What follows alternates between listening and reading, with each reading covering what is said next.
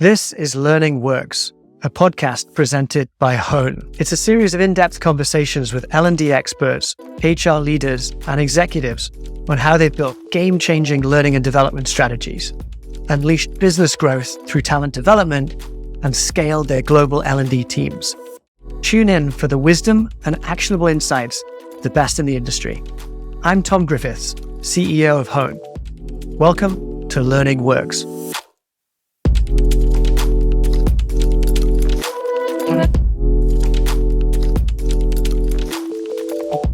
Today's guest is Mike Rognlien, a learning executive and author who is a founding member of Facebook's L&D team and helped the company scale from 1,500 to over 26,000 employees.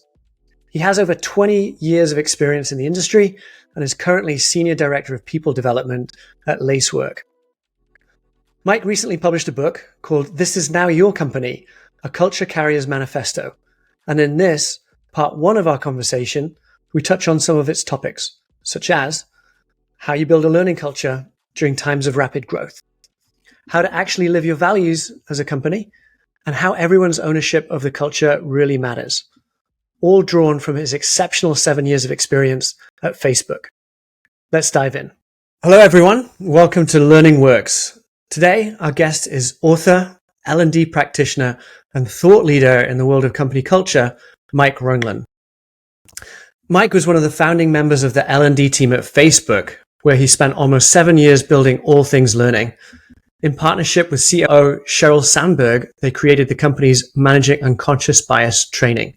He's author of a book, This Is Now Your Company, A Culture Carrier's Manifesto, and he's currently the Senior Director of People Development at Lacework, helping to champion employee learning and development and manager development. Mike, thanks for joining us today. Yeah, absolutely. My pleasure. It's great to have you. Sure, we're going to have a great conversation about all things culture and L&D, but I know you're a man of many talents working on a few different things. Be curious to know, what are you working on right now and what is most exciting to you? Gosh, it's been interesting. Like I left Facebook after a really great, like you said, almost 7 years back in 2017 and started my own company, wrote the book, didn't really ever intend to go back into a full-time role. And then at the end of last year, I ran into Jay Parikh, who is the CEO of Lacework and used to be the head of engineering at Facebook and was an internal client for several years. And the stuff that they are working on at Lacework, it's about 1,000-person company, just really trying to disrupt the cloud security business and helping people really move away from traditional on-premise type security to cloud-based security. There's tons of challenges that come with it. And there's tons of challenges that come with building an organization from scratch. And the company is about 1,000 people. Facebook was probably around 1,500 people when I joined back in 2011. They're a pre-IPO company. Facebook was a pre-IPO company. So there's a lot of similarities, but most importantly, working with a leader like Jay, somebody that really understands learning and development, really cares about manager and leader development and getting the culture of the organization right.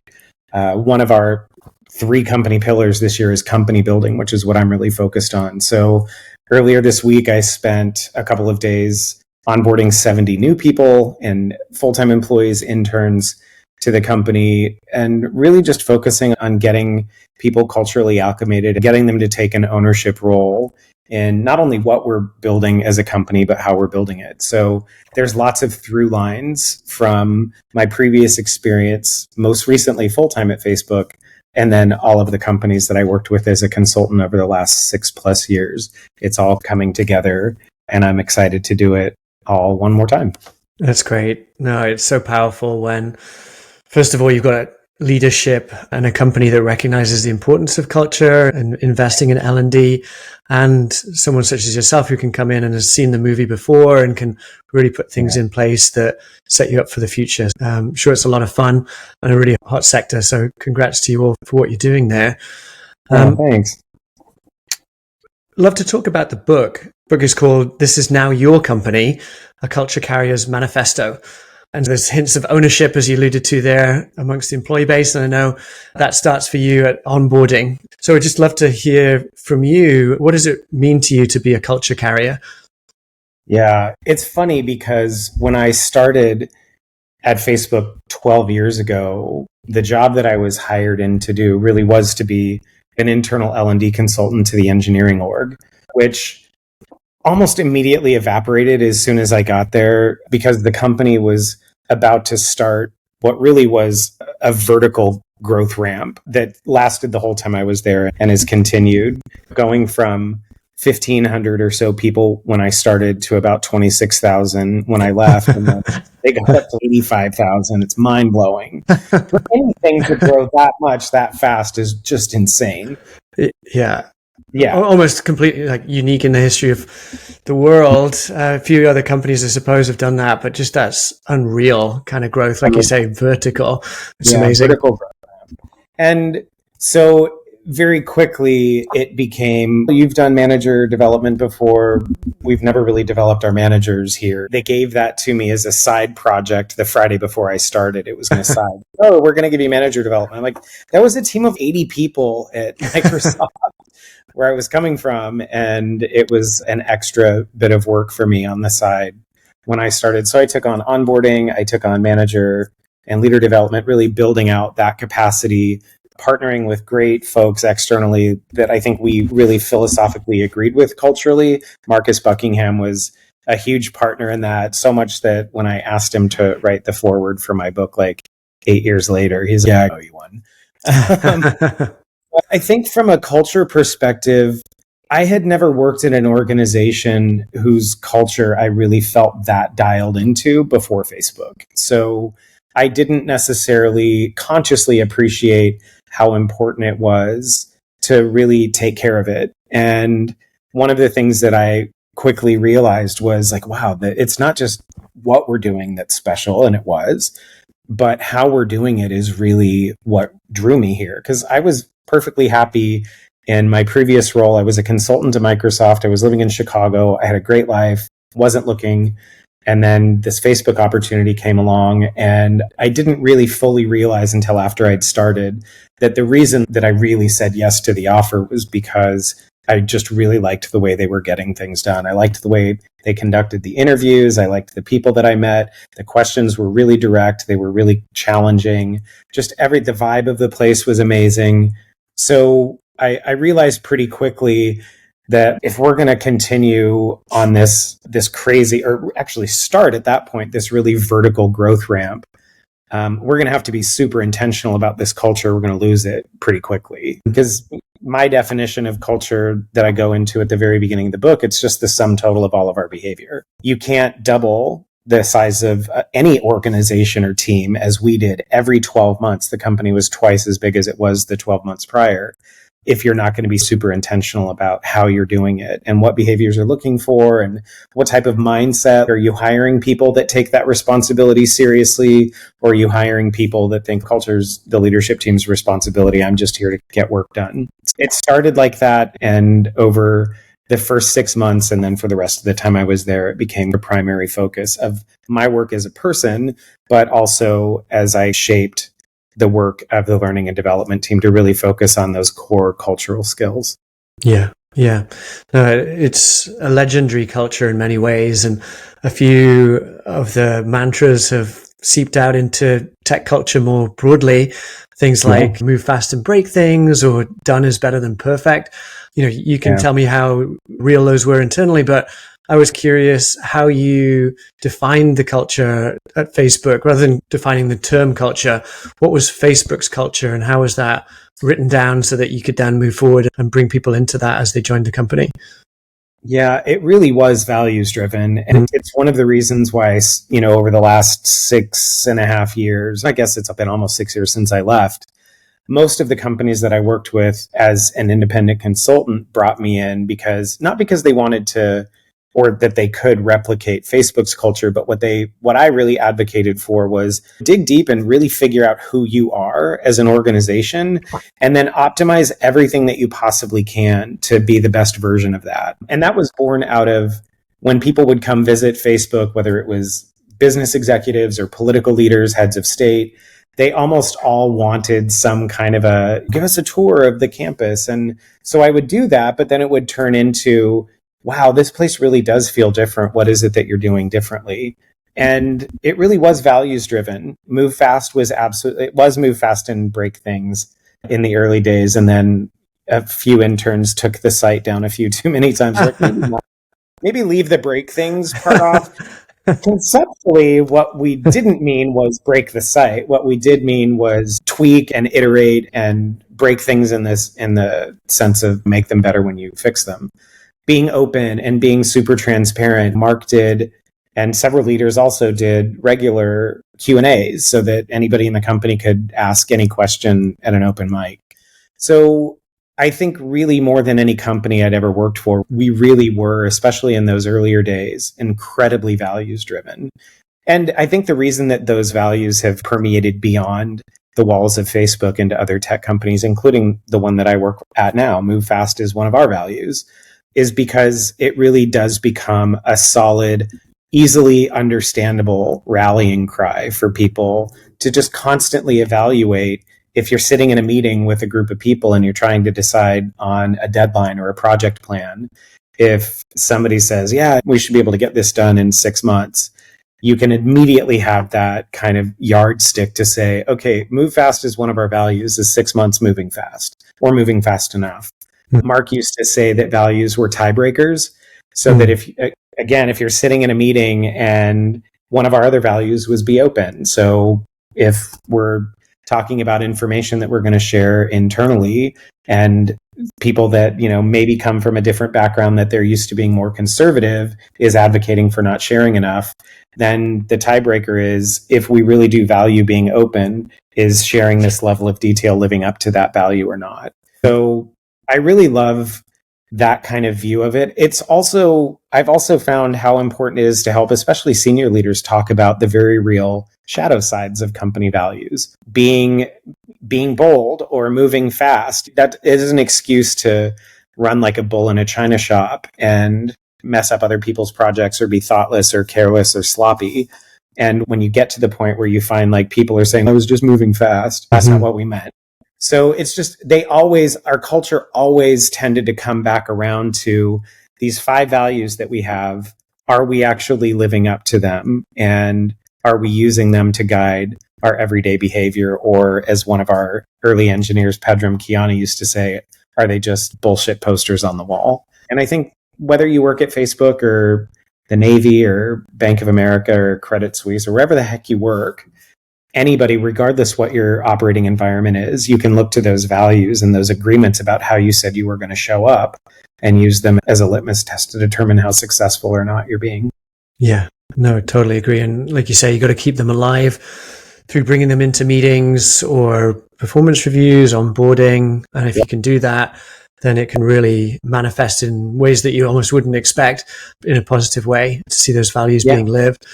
Yeah. I'd be curious, combining that vertical growth with those values, how did things change as a culture as you scaled so rapidly, and what stayed the same? Was the culture able to hold on to those values, and especially as the team got into the tens of thousands so quickly? Yeah. I'm smiling because anytime I talk about this experience, because, I've been gone almost 6 years, but I think back to so many like really critical moments that we asked exactly those questions internally. Invariably, I remember right after I started, again, I was coming from Microsoft, which was 105,000 employees, to Facebook, which was 15, 16, 1,700. And people would get up, and understandably, because it's all relative, they'd get up and say, I've been here since it was 600 people, and now it's 1,600. Gosh, we're getting really big. Aren't we worried about our culture? From my perspective, it was like, big? Are you kidding me right now? There were more people in my building at Microsoft than there are in this entire company. Like, big is crazy. But again, it's relative. So, and I think Mark was really good, especially at teasing out, like, what's the question behind the question? Because ultimately, once you get to a certain number of people, which is much smaller than 600, you can't know everybody anyway. So what's the real question? The real question is, are we going to get so big that we're going to lose the ability to keep and hold dear these things that we say that we value?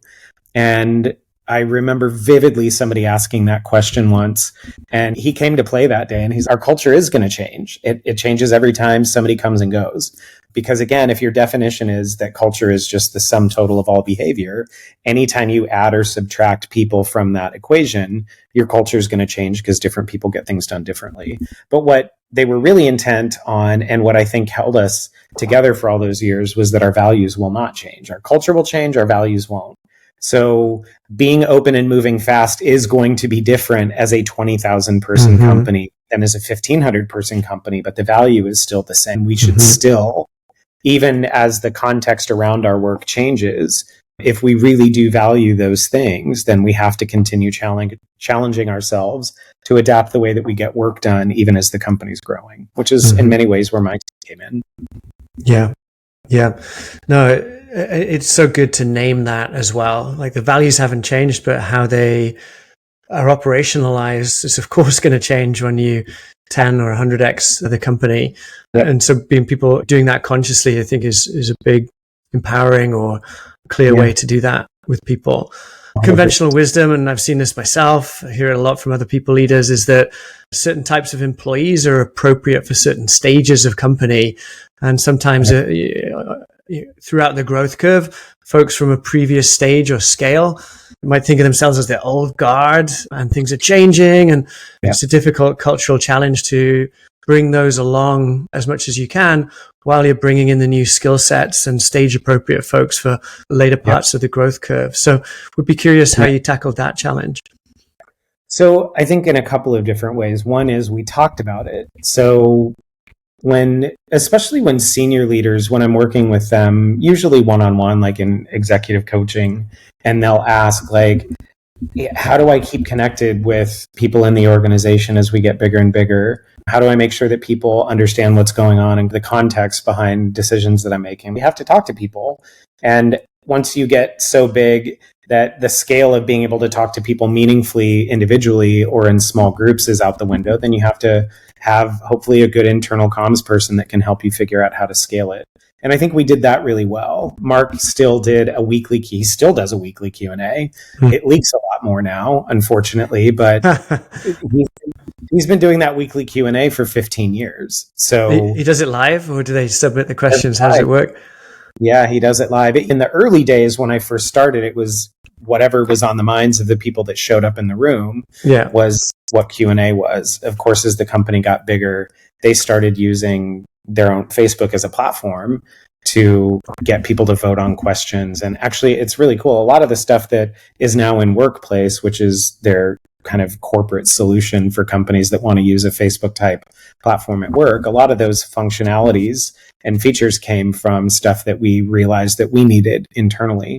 So he would, every Friday afternoon, like, what were the most popular questions? We'll make sure to answer like the top 3 to 5, and then still leave space for people that are in the room that want to pick up a microphone and ask a question to do. But I think that was one of the things that we said, it's really important for him. It's really important for people in the company, even if it's just symbolically, to make sure that channel of communication stays open. And then it created the expectation, whether it was expressed or not, that other leaders from around the company would do similar things with their own organizations. So I think maintaining, again, being open and be open as a company value was probably one of the things that had served us the most, and I think serves most organizations the most. Because if you're not, you create a vacuum where people will create their own narrative and then believe it and then tell themselves that you're the one that told it to them. Yep.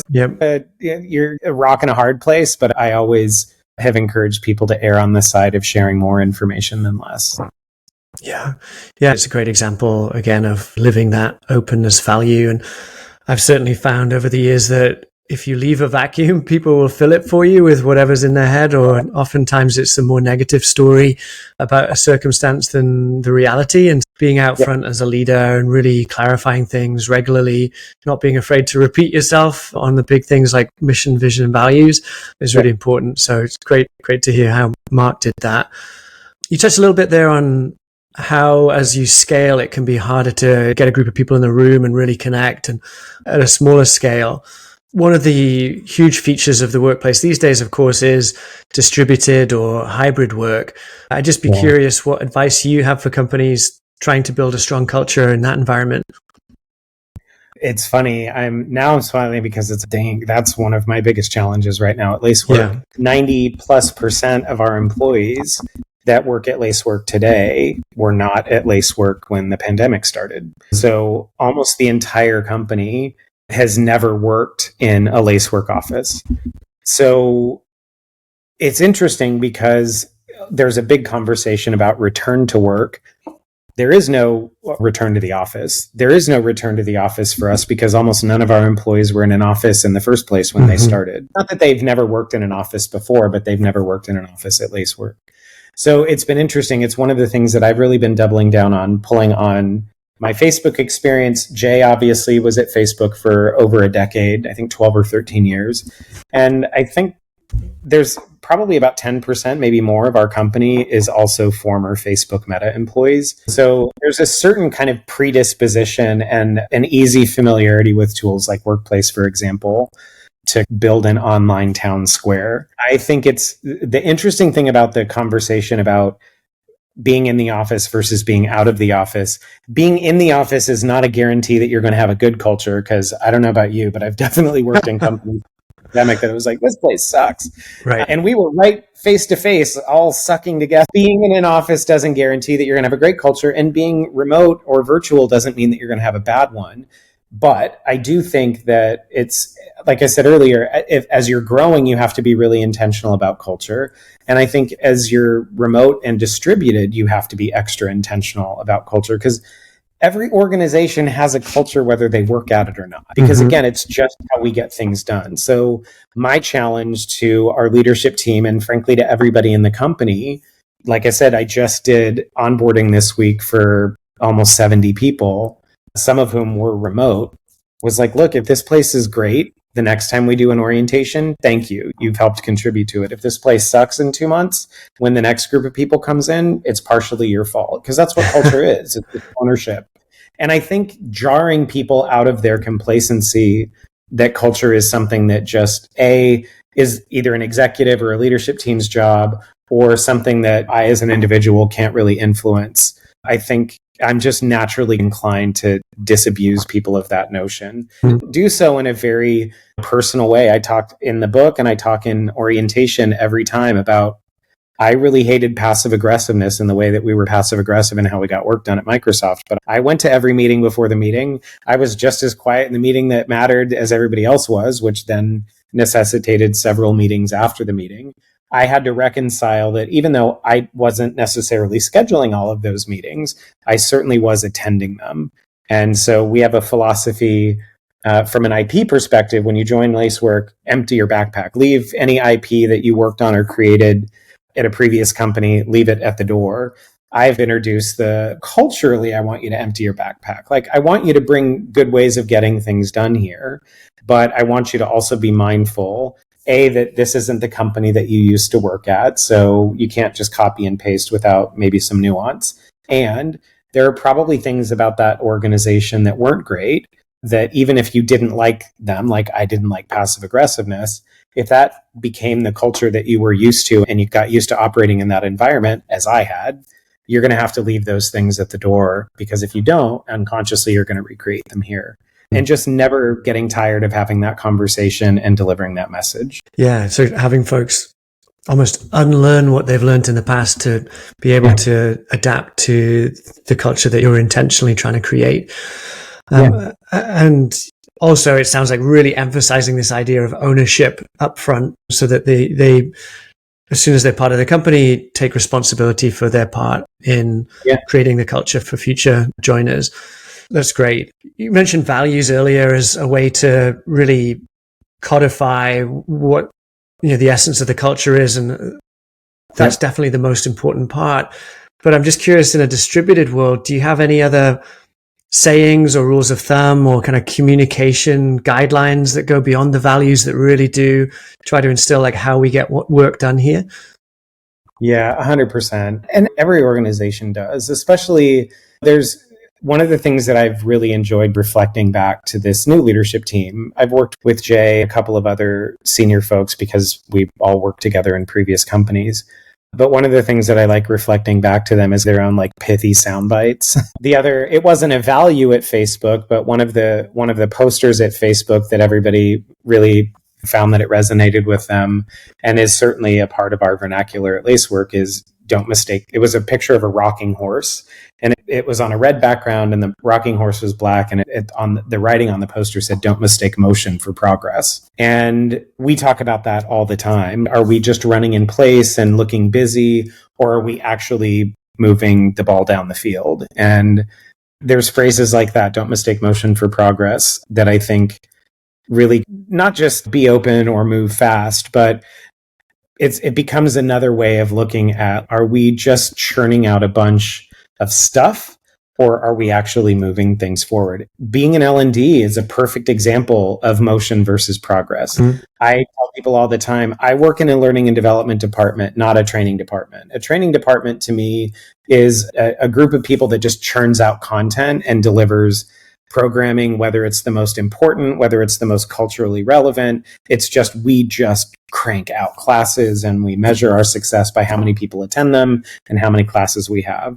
Whereas with a learning team, to me, a learning and development team is much more focused on what are the kind of business critical, culturally relevant skills that people need to have. And are we relentlessly focused on providing those things and constantly swatting away distracting stuff? Somebody come to you say, oh, our people really need to know how to negotiate.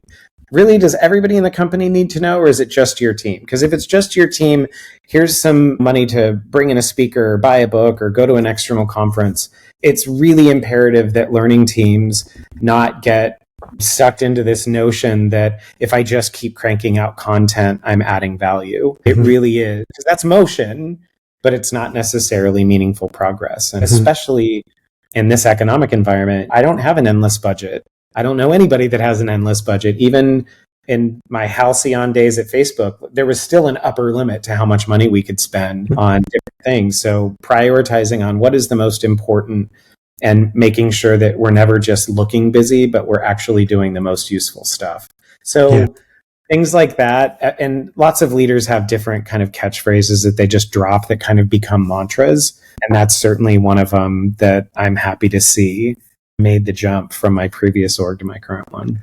Yeah, it's cool because obviously it ties back to the value of moving fast, but it gives you, like you say, a mantra that you can use in meetings or individually to check your thinking, and makes it even more real and manifested. So it sounds like people brought those themselves as their phrases, and then a few of them stuck and really helped. That's great. Yeah, absolutely. We're certainly going to go deep on L&D and the effects that can have on culture in a moment. But just to round out on culture, as you mentioned, times are tight these days with budgets being cut. For many companies, headcount is being reduced and going through reductions in force. And so that obviously has an impact on the culture. I would love to know what advice you have for people managing a culture through something like a headcount reduction and coming out the other side healthy. Yeah, I think it's not a completely different conversation than the one that you have when we're going to double in the next 6 months. Because I think ultimately the question is, what is it that we collectively value about how we get things done here? What is it that makes the way that we get things done unique? And whether our team is 50 people or 5 people or 105 people, again, if we really value the things that we say that we value, then those shouldn't really be impacted significantly by the size of the team. I think one of the things that I've seen that does work, that is really helpful, is to continuously maintain that dialogue about how are we getting things done? Is it still working? I think that was one of the things that, interestingly, on both sides of the beginning and the end of COVID, I guess it's not ever 100% over, but the beginning of COVID, where everybody had to go remote, and then wherever we are now, wherever the organization is with coming back, I think one of the things that really stuck out to me was that I felt like people were just trying to do exactly the same thing in very different circumstances. Okay, everybody's going to have to go remote. How are we going to make sure that we have exactly the same amount of face time with each other every day? How are we going to make sure that we have exactly the same number of meetings? Instead of saying, this is a completely different way of working. Take some time and talk about, do we need the same number of meetings? What type of FaceTime are we going to have? Since we're losing the kind of serendipitous conversations that happen at the proverbial water cooler, how are we going to stay connected with each other just in terms of talking smack sometimes? Like sometimes you just need to blow off steam. Are we doing those things? And I think my initial take on it was that a lot of companies, a lot of organizations were just like, let's just try and do everything exactly the same way as we did when we were all in the office. So the same thing I think applies when you're going from a larger team to a smaller one, is not just assuming that you're going to be able to or necessarily want to or need to do the same type or amount of work that you were doing before. And like I said, your culture, you have a culture whether you're intentional about it or not. So my bias is always to say, if I can have influence or control or something, I'm going to go ahead and choose that option. Then I guess we'll just wait and see what happens. And I think a lot of times people feel like it would be disrespectful or insensitive to say, okay, we were 12 people a week ago and now we're 8.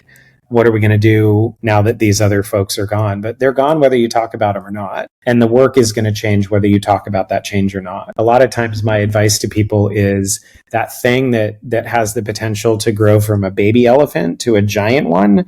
Those are the things that you have to pay attention to and say, we need to talk about that before we don't have the choice but to have to talk about it. Yeah, exactly. Bringing it to the fore, talking about it explicitly, agreeing, hearing people out and agreeing how to go forward. And those sound like the right questions to be asking. I'm curious, tactically, who would you want in those conversations? Is that like an executive leadership team level conversation? Do you do focus groups with frontline employees? How do you actually enact those conversations at those crucial times? I think it's both. Every organization that I've worked in has done some type of like an employee engagement survey. We just finished one of the 2 times a year that we do it at Lacework. And my question and my challenge to people is when you listen to how people talk about the results from those surveys, because I think whether it's intended or not, whether it's explicitly stated or not, I think a lot of times those org health surveys really become report cards on management. Like, how do we feel about management and leadership? How confident are we that management and leadership is going to do something with the results of this survey? Those are important questions to ask. But frankly, if I'm not an executive, I work here too. I have a vested interest. And if we say, for example, that, gosh, we have too many meetings. There's just too many meetings in this team. It hampers us. We're not able to get a lot of stuff done. We need to have fewer meetings. Then I go back to the example that I used earlier. In a previous life, before I took ownership of that stuff, I would have just been like, the meeting's on my calendar, so I got to go. Now it's more, hey, if we as a team have rated ourselves low because of the number of meetings that we have, then we all need to put our heads together and make some decisions about what is the right number of meetings. And maybe it's not the wrong number of meetings, but maybe it's the wrong attendee list. I think it has to be everybody. The other thing that I tell people is, if you're going to wait for managers and leaders exclusively to implement changes based on feedback like that, you're almost begging to not be successful, because we outnumber them. Most companies have a lot more individual contributors and rank and file employees than they have leaders. So when you add up, again, if you really believe, as I do, that culture is the sum total of all behaviors, we are contributing more to the culture in terms of our behavior than they are, because there's just more of us. So all of that stuff always needs to be a partnership. There should be somebody, ideally the most qualified, the most passionate, the most able, who can drive those conversations. But I don't think that they produce meaningful, tangible, long-term results if you don't have involvement from everybody, or certainly representation of all the different groups of people when it comes time to make decisions. Yeah, absolutely. And again, the theme of ownership comes up. Everyone is part owner of the culture. I'm a broken record here. I will not vary on that theme at all. No, I'm a huge fan. I think it's right. And how great does it look to leadership if someone's taking an initiative themselves to say, hey, there's something that isn't working as well as it could over here in our culture, and I'm looking at our values and thinking, this is how, this is something we could do to get closer to those values. It reflects tremendously well on that person, and obviously great for the company as well. Yeah. And more likely to get done. Yeah, right. At the end of the day, that's it. Again, don't mistake motion for progress. If we really want something done, then the person that is the most passionate, that is the most committed to it, and is the best at corralling other people to join their cause, that is the person that you want leading it. And I don't care what level on the org chart they are. I think the other thing that I think permeates across tech, Facebook certainly didn't invent it, but tech companies really like to see themselves and ideally be relatively flat organizations. I mean, if you look at Facebook as an example and other companies as well, on the downside of this growth and really shrinking the company, where are they shrinking it the most? They're taking out a bunch of people in middle management. Not that mid-level managers can't be useful, but I think in every organization that I've worked at, the middle layer of management tends to be where this type of progress dies, because people on the lower end of the totem pole think there's nothing that we can do. People at the more senior ends of the totem pole are like, people in the middle will take care of it. They're just not set up for success. And I think instinctively,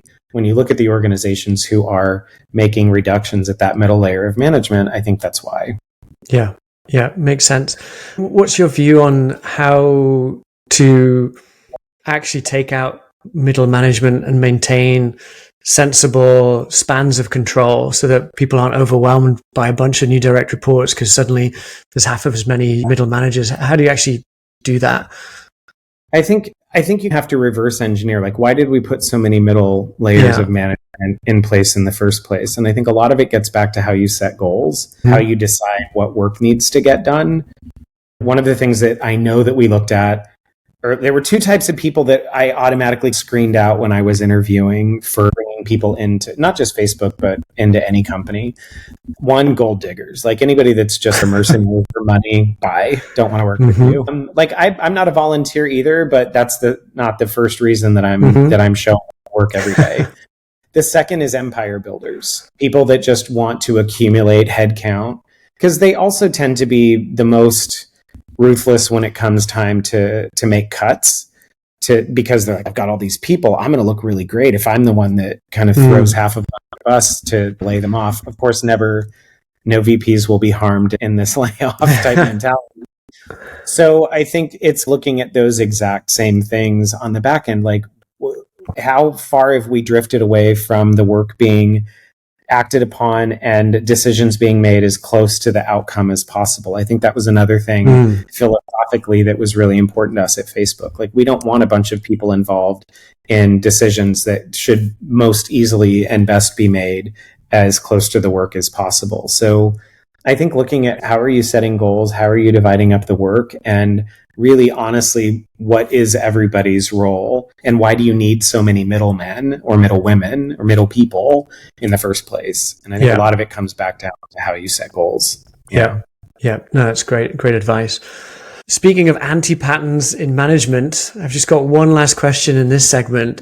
I've seen you talk about this idea of managing by meme. And so I'd love to have you explain that a little bit, and how do you avoid that? Well, so to me, managing by meme is just reading through LinkedIn and looking for whatever trendy thing other people in other companies are talking about, and then saying, yes, let's do that here. I used to say this all the time earlier in my L&D career.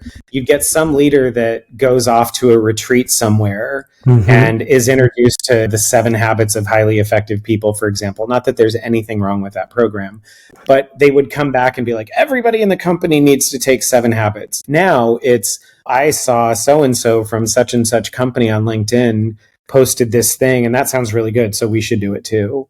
Instead of saying, like, for example, this was one of my really big pet peeves a couple years ago, when companies would, the CEO, especially of smaller companies, but there were some mid-level companies as well, that where the CEO or the CEO would get on LinkedIn, bring their giant soapbox with them and say, we are so proud to announce that our employees can work from wherever on the planet they want to work and whatever hours they need. And like, we're here for work-life integration and blah, blah, blah.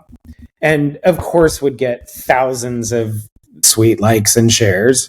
And the whole time I'm thinking, like, shouldn't you actually have to make that policy work before you celebrate yourself? So shouldn't you have done it for 6 months? And then instead of saying we're going to do it, say, hey, 6 months ago, we made the decision to let our employees work from anywhere on the planet. And here's what we've learned, and here are the pros and cons.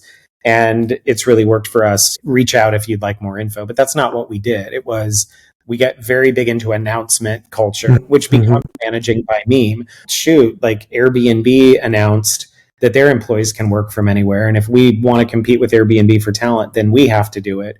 And nobody bothered to ask, did it actually work? Did it scale? Is our culture as good as it was when we weren't doing that? Like, are we over pivoting towards employees? The same thing happened. I remember vividly a pretty heated internal debate at Facebook that I think I might have even started, or certainly fanned the flames of it if I didn't start it, where we were announcing we're going to open a massage parlor on campus, and it's going to be between the video arcade and the ice cream shop. And I'm like, at some point, when does this end? Because we're going to create a bunch of entitled monsters who don't know how to do anything for themselves and frankly don't feel like it's their job to. And that's exactly what happened. And so now a bunch of tech companies are like slashing benefits that they really shouldn't have ever created in the first place because they were managing by meme. They were just looking at what other people were doing, putting really very little, if any, critical thinking into what is this going to mean for us? And is it going to work here? Is it going to help? Is it going to make it worse? They don't print retractions. Like, I haven't seen anybody on LinkedIn say, we probably shouldn't have gotten so far ahead of our skis, but y'all have to come back now because that didn't work. Yeah, I counsel leaders on this all the time, and myself as well. Don't get sucked into something that sounds really, leave the trends to TikTok and instead manage by, like, absolutely, if you see something that somebody else is doing and think, wow, that could really make this a better place to work, that could improve not only our employees' quality of life, but our product or our market position, then do that, and then partner with people who are actually going to have to implement it and make it come to life effectively. Otherwise, you're the executive version of somebody who's posting the same 8 bars of bad choreography on TikTok. Said, absolutely. No, that's a great way to think about it. And it's the modern day equivalent, like you say, of going to a seminar, coming back and telling everybody to do something. I saw it on Facebook, I saw it on LinkedIn. Now suddenly it's got to be right for us versus thinking from first principles, what's unique about us? What are we actually trying to achieve? And let's solve the problem in front of us. So thanks for calling that out. That's awesome. We'll take a quick break there. And when we come back, we'll talk about L&D. Yes. Thanks for listening to Learning Works.